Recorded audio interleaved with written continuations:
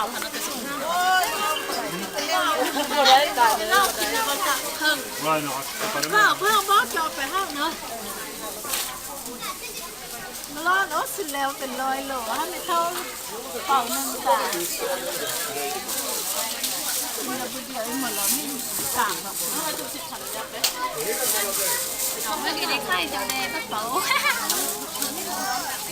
เชี่ยวหมดแล้วเป็นอะไร你这条黄鱼就好大哟，小妹，这条鱼好大哟。ช้างก็เก็บแบบเราฉันก็จะเก็บยาไปช้าง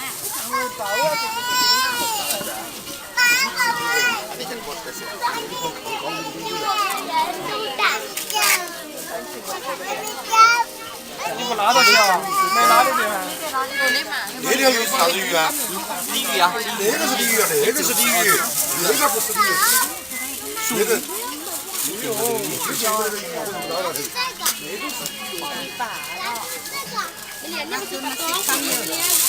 เพราะว่าน้ำอันนั้นเป็นสิบพันสามสิบจ้ะในโหลได้5,000อันนี้นะฝากให้ตา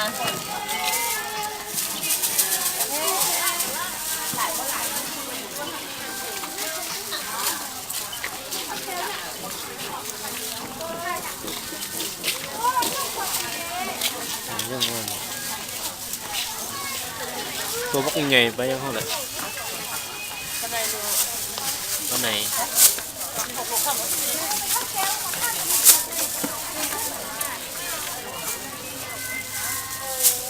ึงเขา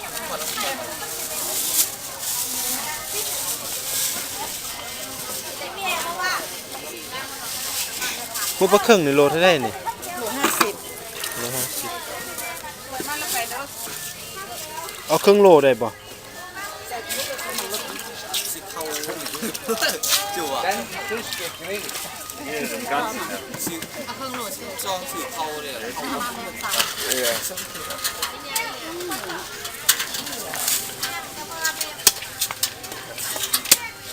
给来，ซื้อหัวปลาเครื่องเห็ดต้มปลา ไปความกันหมดแล้วเลยอ่ะคิดเลยแต่แล้ว30ตัดให้เด็ตัดให้เด็ có phải lấy xe vào phơi mày vào đây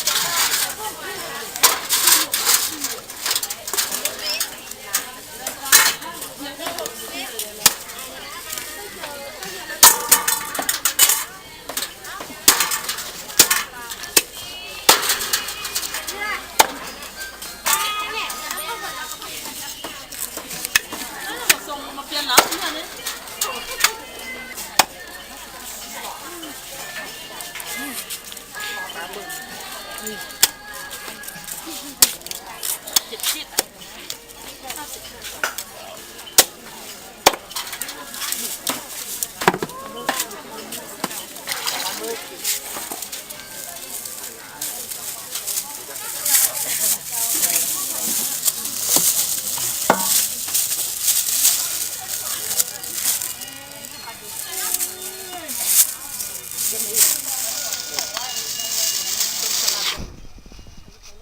แกะวางแล้วเข้าใจ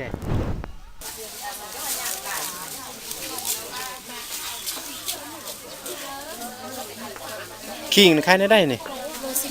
โล10,000เอาครึ่งโลด้วยจะสิอยู่ให้อยู่ทั้ง2ห้องค่ะบ่อยู่ห้องเดียวแล้วห้องเดียวให้เช่า2ห้องเบิ่งเช่า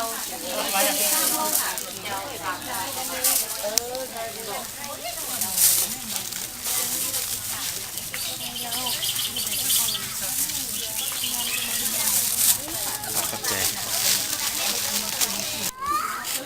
ตัวนี้เป็น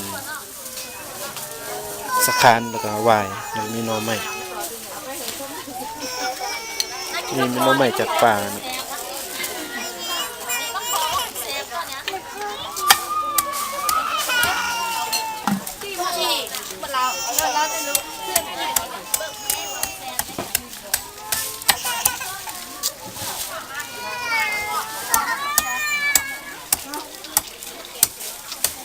พอใจดี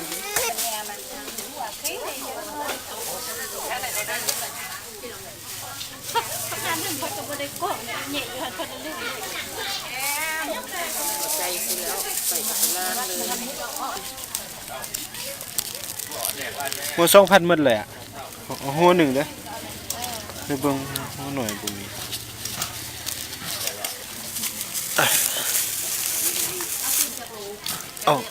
เอาหัวนี้เด้อโอเค